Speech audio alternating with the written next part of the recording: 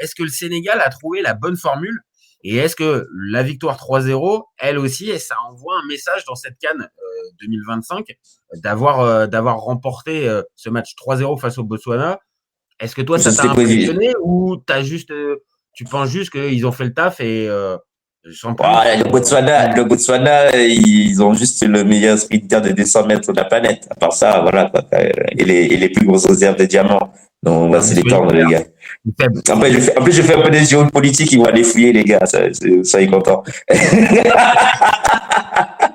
Non, plus sérieusement, oui, Botswana, c'est en dessous de la Zambie, c'est en dessous du Zimbabwe. Euh, c'est même peut-être en dessous de l'Ouganda, tu vois, et même du Kenya, tu vois. C'est pour dire, même Sierra Leone, oui, oui,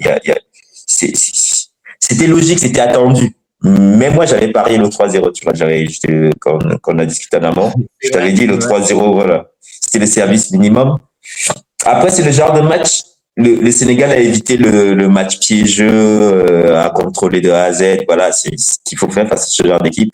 C'est de marquer assez vite pour avoir de la sérénité. Un peu comme le Cameroun qui a marqué contre le Gabon, tu marques ton territoire et si les adversaires étaient venus pour mettre le bus, bah ils se retrouvent dans l'entre-deux, tu vois, Ah de oui, pas vouloir être ridicule. bah oui, c'est ça, parce que là, dans ce match-là, on a compris la logique et la stratégie du Botswana, c'était de tenir le plus longtemps possible le match nul. Mais comme tu viens de dire, à partir du moment où tu prends très vite, enfin très vite, tu prends assez vite le premier but, bon bah la stratégie tombe à l'eau. Et là où, c'est pour ça qu'on pose un peu la question, est-ce que ce Sénégal 2025 est à l'image de celui de 2023 ou auparavant, qui a essayé, moi j'ai trouvé, de continuer d'attaquer. Alors peut-être que l'opposition en face était faible, mais n'empêche que ça a continué d'attaquer, ça a continué de jouer, ça a continué de tenter. Et au final, le 3-0, il est plus que logique. Mm. Et tu as un paramètre à prendre en compte. Un Nicolas Jackson, ok, encore une fois, on peut relativiser, c'est un doublé face au Botswana. Mais est-ce que là, Et les amis, ouais. il Mm. lance pas sa canne de Mm. la meilleure des manières? Ah oui, il la lance de la manière des manières, là, Nicolas Jackson. Ouais. Et est-ce Et il qu'il en avait besoin. a une place Mm. dans le 11 titulaire du Sénégal? Parce qu'il y a la vraie question. T'as Iliman Ndiaye, t'as Ismail Assar, et maintenant, qu'est-ce qu'on fait de Sadio Mané et de Nicolas Jackson? On met les quatre ensemble? Ça paraît. En vrai, Nicolas Jackson, il devrait le mettre en pointe et se débrouille avec les autres. Alors, sur des matchs faciles, tu peux jouer avec les quatre parce que tu auras toujours le ballon et Sadio Mané, il peut, vu son âge, il peut se masquer en 8 relayeurs comme Griezmann le fait, tu vois, s'il a envie, s'il y a un coach qui lui impose. Mais moi, je te l'avais dit, je crois qu'on avait parlé du Sénégal au dernier mondial et même à la dernière CAN. J'ai quand même toujours eu l'impression que Sadio Mané, il se découvre un talent de meneur de jeu qu'il n'a pas. Non. Et c'est toujours ça qui m'a déçu en équipe nationale du Sénégal. T'es un ailier de percussion, reste ailier de percussion comme tu fais en club. Mais Et, l'âge fait qu'il peut plus forcément oui, coller mais les moi je te parle même sur les compètes avant, tu vois. Il avait toujours ce côté où il voulait que le numéro 10, le meneur de jeu, tirer les coups francs, tout faire. Ça n'a jamais été ton talent, frérot, tu vois. Mais enfin bref, c'est pas le Non, seul. mais Hein. d'accord, T'as plein de stars en Afrique qui font ça. c'est une vraie question. Maintenant, on va dire que comme il a aussi pour lui cette canne 2021, Ouais, tiré par les cheveux quand même. ah non, mais bien sûr. Sauf qu'après, si tu es supporter sénégalais, qu'elle soit tirée par les cheveux ou par où tu veux, t'en avais pas. Il en fallait absolument une.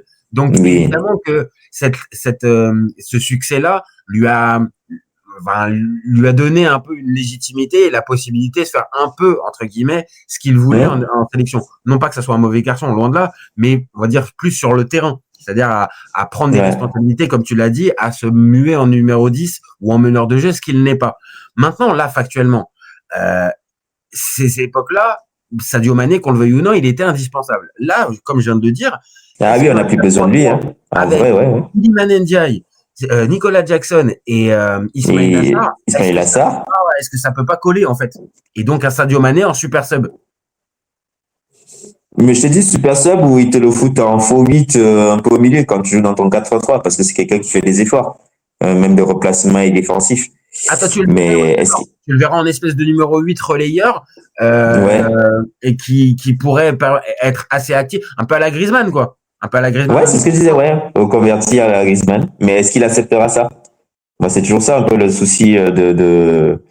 Mais ouais, même Griezmann, il a pas accepté, hein, tu vois. On parle, même Grisou l'a pas accepté ça. Ah, il l'accepte pendant le il il l'accepte pas sur la durée puisqu'il finit par partir, mais pour la Coupe du Monde 2022, il l'accepte puisqu'il Mm. revient, il est capable. Maintenant, attention, est-ce que Sadio Mané est pas aussi en capacité de voir que justement ce trio offensif peut être complémentaire et meilleur et peut avoir Oui. aussi le côté plus il a pris de l'âge hein, maintenant, hein, Sadio Mané, la carrière elle est plus Mm. derrière que devant. Il peut aussi se dire bon bah vu ce qui est devant, la relève qui est devant et le niveau qu'ils affichent devant, Ouais, et bon, surtout que ça te rajoute de la vitesse et qui en a vraiment besoin. On l'a vu avec la Côte d'Ivoire.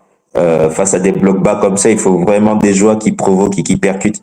Euh, Parce qu'ils jouent est-ce tellement bas est-ce oui, est-ce que Sadio voilà. Mané Ils est jouent, encore en capacité de pouvoir être ce mm, percuteur et ce gars qui, non. comme tu l'as dit, cet ailier de percussion et ce gars qui va provoquer, qui va dribbler et faire les différences, j'ai moins la sensation. J'ai Mm. l'impression qu'il a Mais par moins contre, à l'entrée de la surface, pour placer une bonne frappe, je pense que oui, tu vois.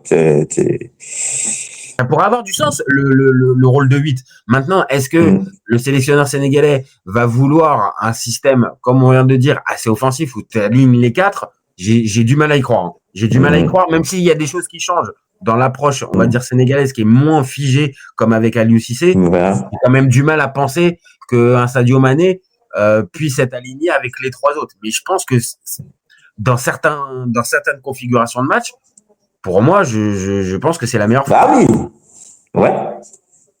Bah, si tu vas chercher un résultat, il y a moyen, mais après, sur 90 minutes, non. Sur Bah, les 30 alors, dernières je te pose la minutes. question. Est-ce que là, pour le match qui va être le match décisif dans ce groupe-là contre la RDC, est-ce que tu pars avec ce trio-là, comme on vient de le dire, ou est-ce que tu pars avec le quatuor avec Oh, Mané? j'aime bien la RDC, mais tu y vas avec le quatuor. Tu vois, Ah la ouais, RDC, ah bon, ouais. oui, oui, Tu penses que tu peux y aller de manière offensive à ce point-là? Attention, la RDC, ils sont oui. pas mal quand même. Hein. Ouais, ça va, c'est bon. Là, je vais rebondir sur un truc que j'ai vu sur les réseaux. Eric Schell, il avait raison. Pourquoi? Pourquoi? Explique. Hein. Pourquoi il avait raison? Mais les autres, ils ont fait paniquer la VAR au Maroc. Je savais pas que le pays du vaudou avait changé, tu vois. Je vais rigoler. Ils ont marabouté Itaïon, ils ont marabouté Osimhen, et là, ils ont marabouté la VAR. Là, c'est vrai, il faut Là, être très clair. Pour ceux qui n'ont pas vu, Memba il fait une main très, très. Enfin, il y a pédo. Faut dire les choses. Et que si tu as la VAR, bon, bah, il y a penalty, quoi, en fait. Donc, ça te change ou là. si la bique a des yeux, quoi, tu vois. Peut-être qu'il ne le marque pas, le pédo. Mais bon, ça peut te changer le match. Donc, toi, si je comprends bien, le match contre la RDC, ouais, tu vas pour essayer Mais je de pense que gagner. la RDC, ils ont du mal avec des équipes. Le plus, c'est l'avantage du Sénégal, c'est que, outre le profil des équipes naturellement en Afrique de l'Ouest, euh, type Nigeria à l'époque, Ghana, même Bénin, c'est le même foyer, où il y a des ailiers de percussion qui provoquent.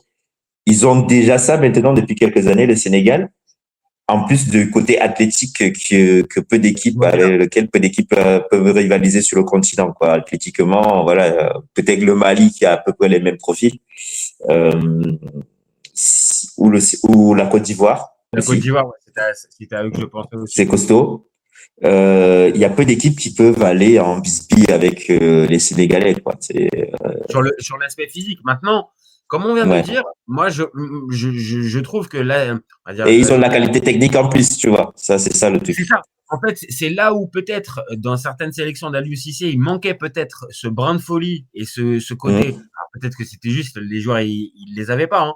Mais là, Bah, tu il sens. les avait et il se révélait pas, tu vois. Ismaël Assar, il n'était pas celui qui était venu quand même un peu plus constant. C'est ça. Il était Et un là vrai maintenant, intermittent du spectacle, ouais. et Sarr t'en a parlé. Alors Ndiaye, Ndiaye, pareil. c'est moins récent parce qu'on le voit depuis moins longtemps, mais c'est vrai, entre le passage à l'OM, l'arrivée à Everton, bah, tu vois qu'il y a des qualités et là maintenant il trouve une certaine régularité. Et Jackson, bah, c'est aussi un peu la question. Moi, j'ai jamais été très fan jusqu'à présent de Nicolas Jackson. Après, Jackson, c'est un questionnement à l'échelle des top clubs européens. Tu vois, on n'est pas. Mais quand il s'agit de jouer une compétition à l'échelle africaine, c'est un très bon attaquant. Voilà. Après, il faut le prouver sur une compétition internationale où on se rapproche du niveau Champions League, au moins au niveau de l'intensité et de ce que ça te demande mentalement. C'est ce que j'allais te dire, c'est que la vraie question, c'est que Nicolas Jackson, le potentiel, tu l'as. Là où je te rejoins totalement, est-ce que c'est pour un top club? Vraie question sur ses capacités, mais c'est que surtout, quand tu viens à la CAN, bah, je vais pas faire mon africain, loin de là, mais si tu viens pas avec le bon mental et la bonne approche. Ah non, mais tu as une attitude de Champions League, là, tu as l'impression de jouer. Mais on l'a vu sur les premiers matchs. C'est ça qui nous a plu hier sur le match Cameroun. C'est ambiance Coupe de France, c'est ambiance match couperet de Champions League, de huitième.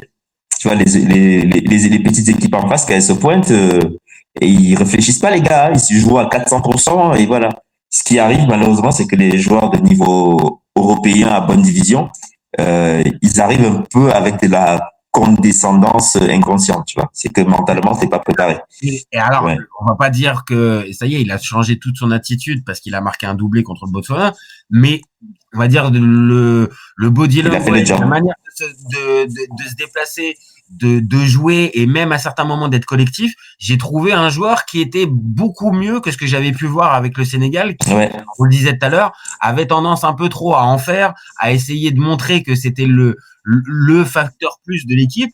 Là, plus collectif, dans une équipe qui joue, on va dire, qui est un peu plus séduisante, qu'a les joueurs techniques. Mais c'est lui qui les libère en RDC, hein. Donc peut-être que c'est pas quelque chose. Peut-être que le déclic il se fait à ce moment-là pendant ce match de qualif où justement il y a un gros drama et il y a, on va dire. Ah oui, ils sont menés 2-0 là, ils sont en train de pleurnicher déjà là parce qu'ils sont en train de voir les barrages. C'est peut-être là en fait qu'il lance son histoire en fait avec le Sénégal et que là derrière, premier match, bam, il t'enchaîne un doublé. Maintenant évidemment, on va l'attendre là aussi pareil face à la RDC pour ce match. Premier test, ouais. Premier test, mais on est clair, le Sénégal a les moyens de pouvoir aller au bout. Ils ont une équipe, ils font partie des favoris. Cohérente. Voilà. Maintenant, c'est la vraie question. Est-ce que offensivement, il va continuer avec cette formule-là, avec les 4, ou est-ce qu'il va redevenir un peu plus prudent à l'arrivée des gros matchs? Et est-ce que Sadio Mané sera toujours aligné sur le côté? Ça, c'est la vraie question. Et pour moi, c'est le vrai bémol. Si c'est le cas, je pense que contre certaines équipes de meilleur niveau, ça bloquera offensivement. Après, il va s'adapter parce que quand il va se retrouver avec des équipes de niveau équivalent, ça devient, c'est hyper tactique la CAN. Hein. Tu vois, t'as jamais des équipes qui vont avec un dispositif. Alors, dans les années 2000, tu avais des équipes typées, des schémas bien précis, quelles que soient les nations. Là, tu as l'impression que chaque fois, c'est une partie d'échec. Voilà. Et puis, on a aussi, comme dans n'importe quelle compétition internationale, des blessures, des suspensions, des états de forme. Mais eux, ils ont le réservoir, voilà. Oui. Voilà, mais en plus, on parle d'une compétition qui se déroule en plein milieu de la saison club.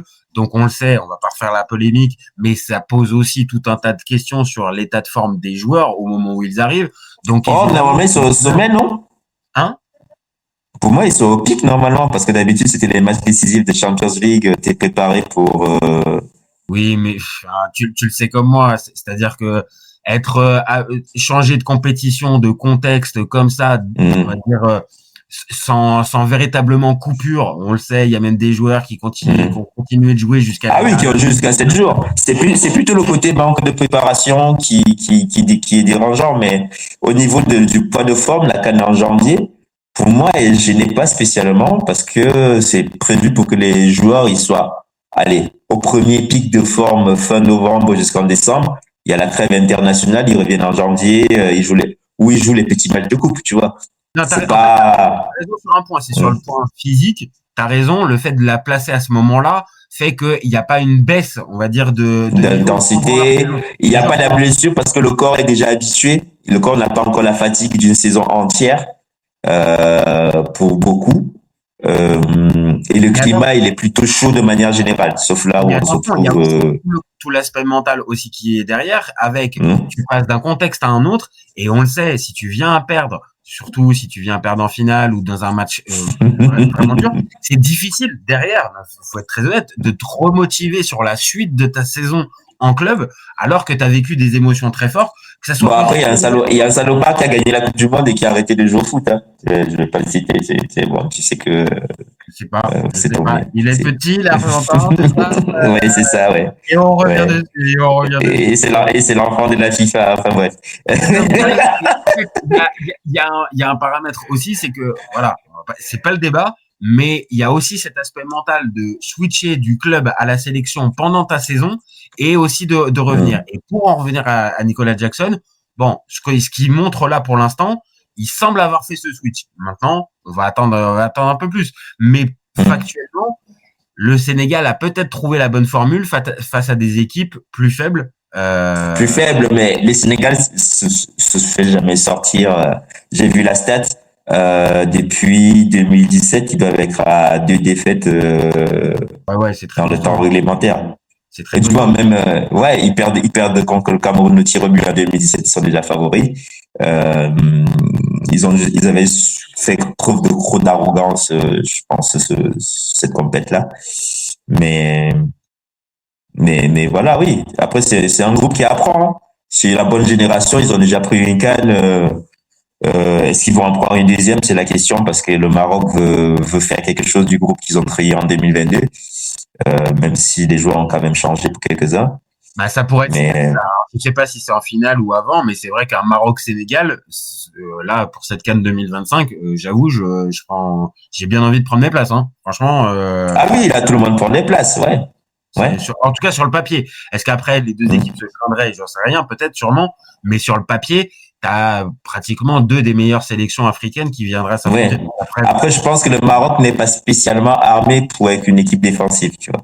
Non. Là où le Sénégal peut défendre. Il y a des doutes sur l'arrière-garde marocaine. Autant sur les joueurs offensifs et sur le milieu de terrain, il y a vraiment de la qualité. Défensivement, il y a des doutes. Maintenant, Achraf Hakimi va revenir, donc attention à voir ce que. Ouais, ça change un peu tout, oui.